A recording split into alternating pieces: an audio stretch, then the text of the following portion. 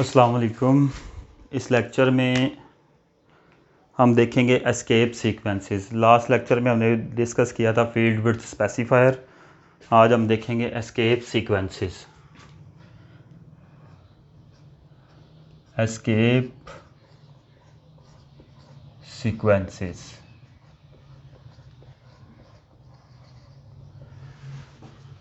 Escape sequences की definition की तरफ जाएं तो इसके नाम से ही पता चल रहा है कि एस्केप का मतलब है हटना या बचाव। सीक्वेंस का मतलब है एक अरेंजमेंट, एक तरतीब। एक्चुअली जब सी प्रोग्राम्स को हम रन करते हैं तो हर प्रोग्राम की आउटपुट एक सीक्वेंस से आती है। अगर हम चाहते हैं कि आउटपुट को हम अपनी मर्ज़ी से डिज़ाइन करें तो फिर हमें एस्केप सीक्वेंसेस का यूज़ करना पड़ता है। मैं डेफिनेशन लिखता हूँ। एस्केप सीक्वेंस एक्चुअली कम्बिनेशन है बैकस्लैश और करैक्टर का। Escape sequence is the combination of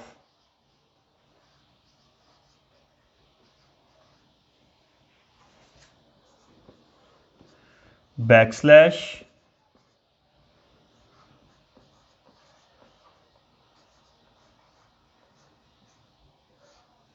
and a character। Escape sequence एक बैकस्लैश और एक करैक्टर यानी कि अल्फ़ाबेट का कॉम्बिनेशन है। Escape sequences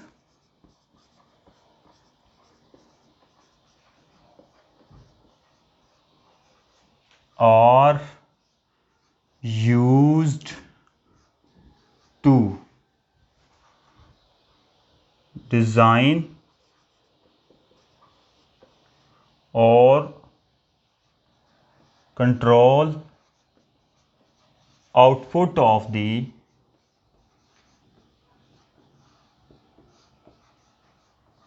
programme. ये थी डेफिनेशन में हमने देखा कि एस्केप सीक्वेंस एक्चुअली कॉम्बिनेशन है किसका, बैकस्लैश का और करैक्टर का।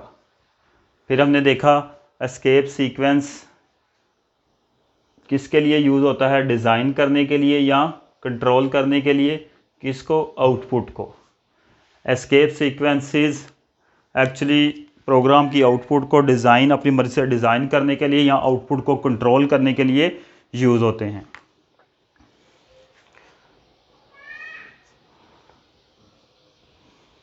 बैकस्लैश जो होता है एस्केप सीक्वेंस में उसको हम कंट्रोल करैक्टर बोलते हैं। बैकस्लैश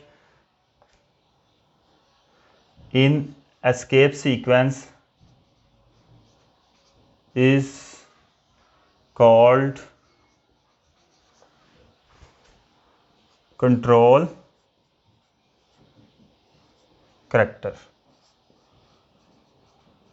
और उसके बाद जो हम अल्फ़ाबेट यूज़ करते हैं उसको हम बोलते हैं code character. And alphabet after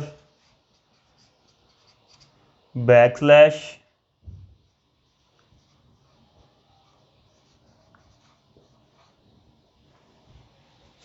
is called code character.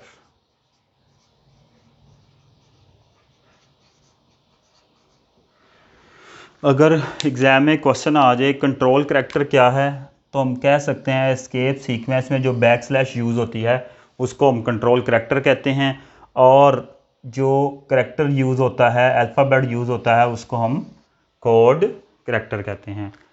एक इम्पॉर्टेंट पॉइंट जो एग्ज़ाम के पॉइंट ऑफ व्यू से MCQs पूछा जाता है ये जो एस्केप सीक्वेंस है एक्चुअली सी का एक कूल फीचर है। कूल फीचर इसको इसलिए कहा जाता है कि आउटपुट को अच्छे तरीके से डिज़ाइन करने के लिए, अट्रैक्टिव बनाने के लिए यूज़ होता है। इसलिए हम बोलते हैं एस्केप सीक्वेंस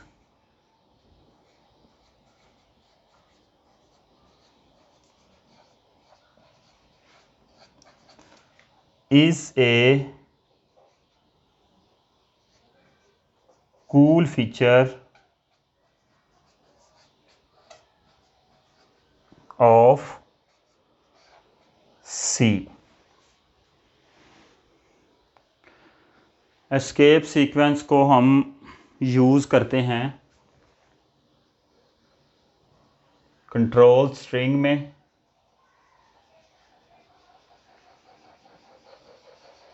और कंट्रोल स्ट्रिंग में भी कहाँ, स्कैनफ में। इट इज़ यूज्ड इन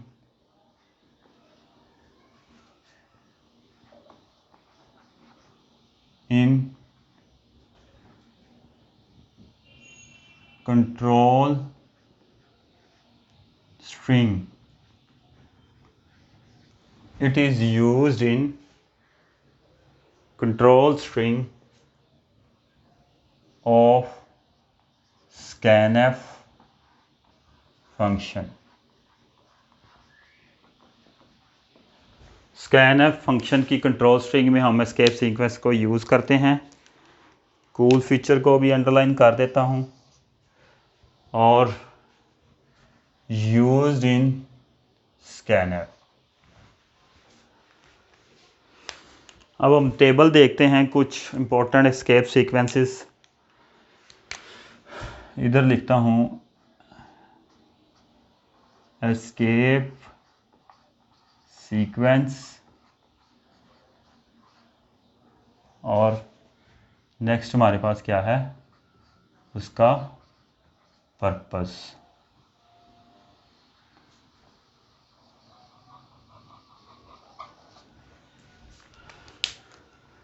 सबसे पहले जो मोस्टली यूज़ होता है \n, ये होता है न्यू लाइन के लिए यूज़। अगर आप चाहते हैं कि कोई स्टेटमेंट है जिसको आप आउटपुट में लेना चाहते हैं, उस स्टेटमेंट से पहले अगर आप \n लगा देंगे तो वो स्टेटमेंट प्रिंट होने से पहले कर्सर आपको नई लाइन पर मूव करवा देगा। इसी तरह \t टैब स्पेस के लिए यूज़ होगा। टैब स्पेस से मुराद 4 to 5 स्पेसिस हैं। जिस तरह हम बैक स्पेस दबाते हैं, मैंने लिखा A और बैक स्पेस बाय एक अल्फ़ाबेट का फासला आएगा B।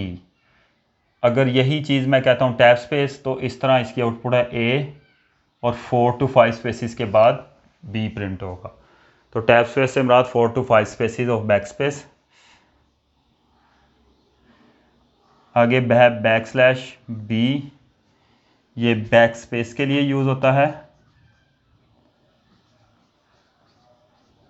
ये कर्सर को 1 करैक्टर लेफ़्ट साइड पर मूव कर देता है अगर हम \b यूज़ करेंगे स्कैनफ में, और जिससे जहाँ पर इसको प्लेस करेंगे हम कंट्रोल स्ट्रिंग में, वो उस करैक्टर से, उस अल्फ़ाबेट से कर्सर को 1 जंप करा देगा लेफ़्ट साइड पर। 1 alphabet jump to the left side.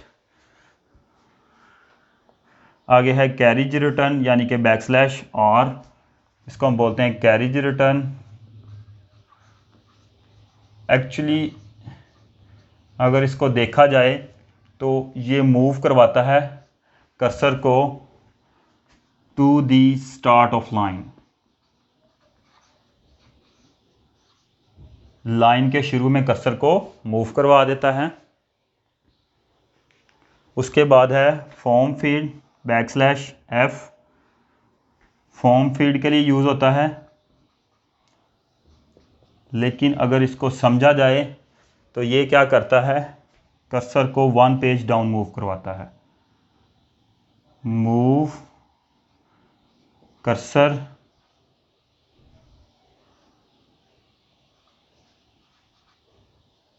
1 page down. Different environment में बैकस्लैश f का बिहेवियर डिफरेंट है। जो हम टर्बो सी यूज़ करते हैं उसमें जहाँ पर बैकस्लैश f यूज़ करेंगे तो वो हमें कुछ इस तरह का साइन प्रिंट करवा देगा, लेकिन ओरिजिनल पर्पस बैकस्लैश f का है 1 पेज डाउनवर्ड मूव करवाना, 1 फॉर्म डाउनवर्ड। उसके बाद है NTBRF। अगर हम सिंगल कोट लगाना चाहते हैं आउटपुट में तो उसके लिए बैकस्लैश सिंगल कोट यूज़ होगा, और अगर मैं चाहता हूँ कि आउटपुट में डबल कोट आ जाए तो बैकस्लैश डबल कोट।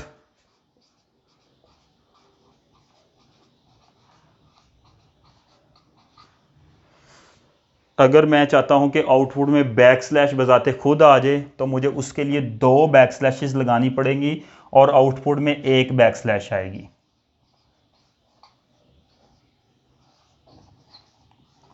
अगर मैं 2 बैकस्लैशेस लगाता हूं तो अगर मैं चाहता हूं कि 2 बैकस्लैशेस आएँ तो मुझे 2 और बैकस्लैशेस लगानी पड़ेगी, यानी कि 2 बैकस्लैशेस को स्कैनएफ में यूज़ करने से आउटपुट में 1 बैकस्लैश आती है। अगर मैं 2 बैकस्लैश आउटपुट में लेना चाहता हूं तो मुझे स्कैनएफ में 4 बैकस्लैशेस यूज़ करनी पड़ेंगी, 4 बैकस्लैशेस यूज़ करनी पड़ेंगी। उसके बाद है बैकस्लैश XDD। ये आस्की कोड को प्रिंट करवाता है इन हेक्साडेसिमल नोटेशन।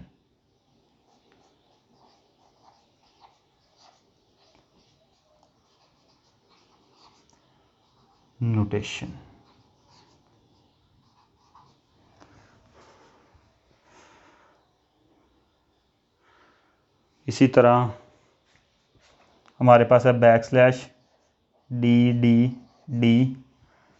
ये क्या करवाता है, आस्की कोड को ही प्रिंट करवाता है but in octal notation. Octal notation ऐसे ही सेम वही लिख लेंगे दोबारा आगे। और एंड में है क्वेश्चन मार्क को प्रिंट करवाने के लिए बैकस्लैश क्वेश्चन मार्क, और आउटपुट में हमारे पास क्वेश्चन मार्क आ जाएगा।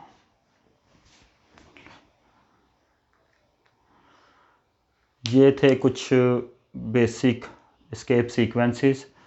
अब इसकी मैं चाहता हूँ आप कुछ एग्जांपल भी ले लें।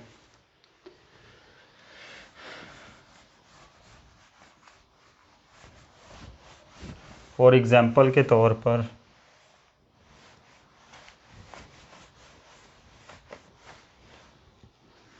मैं यूज़ करता हूँ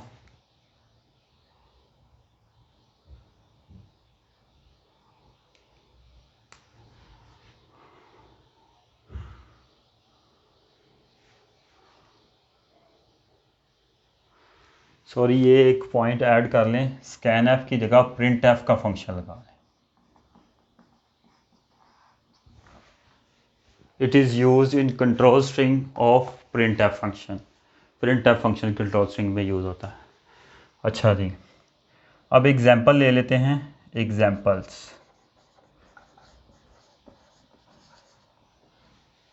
मैं लिखता हूँ प्रिंटएफ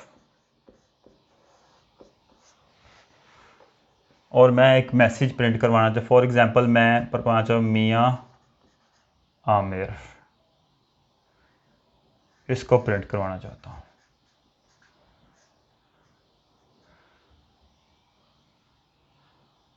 अब मैं चाहता हूँ कि इन दोनों के दरमियान में कुछ ज़्यादा स्पेस आ जाए, तो बैकस्लैश T यूज़ करने से इसकी आउटपुट आएगी मियाँ और कुछ फासले पर जाके आमिर, यानी कि 4 to 5 स्पेसिस। अगर मैं प्रिंटएफ यूज़ करता हूँ और इस नेम के दरमियान में मैं यूज़ करता हूँ बैकस्लैश N, तो इसकी आउटपुट आएगी MIAN मियाँ, और आमिर नेक्स्ट लाइन में आएगा। उसकी वजह यह है कि इन दोनों के दरमियान में हमने न्यू लाइन का एस्केप सीक्वेंस यूज़ किया। अगर मैं चाहता हूँ कि ये मियाँ आमिर सिंगल कोट में आ जाए, तो मुझे इसके लिए प्रिंट एफ में बैकस्लैश सिंगल कोट और उसके बाद मियाँ आमिर और उसके बाद फिर एंड पर, क्योंकि दोबारा मैं चाहता हूँ कि ये देखें ये दोनों double inverted comma print F का सिंटैक्स था, इसलिए वैसे ही आ गया। अब मैं इस पर काम कर रहा हूँ, इसमें मैंने एक नाम लिखा, नाम के दोनों साइडों पर मैंने सिंगल कोट लगानी है, इसलिए मैंने बैकस्लैश सिंगल कोट स्टार्ट में भी और एंड पर भी लगा दिया। आउटपुट आएगी मियाँ आमिर, अलबत्ता स्टार्ट और एंड पर सिंगल कोट आएगा।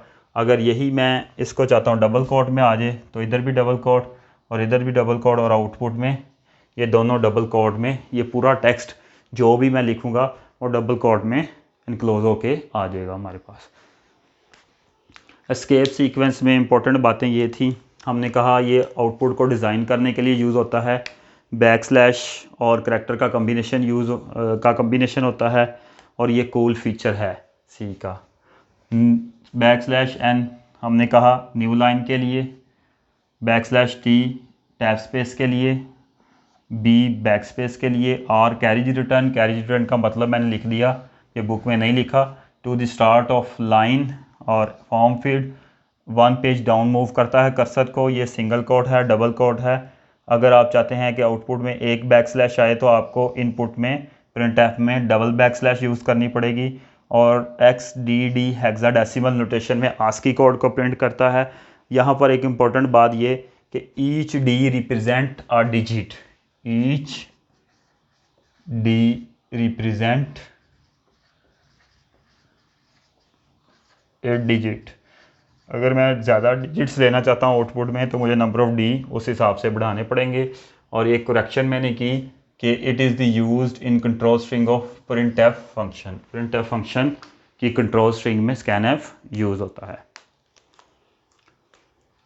आज के लेक्चर में इतना ही। Thank you very much.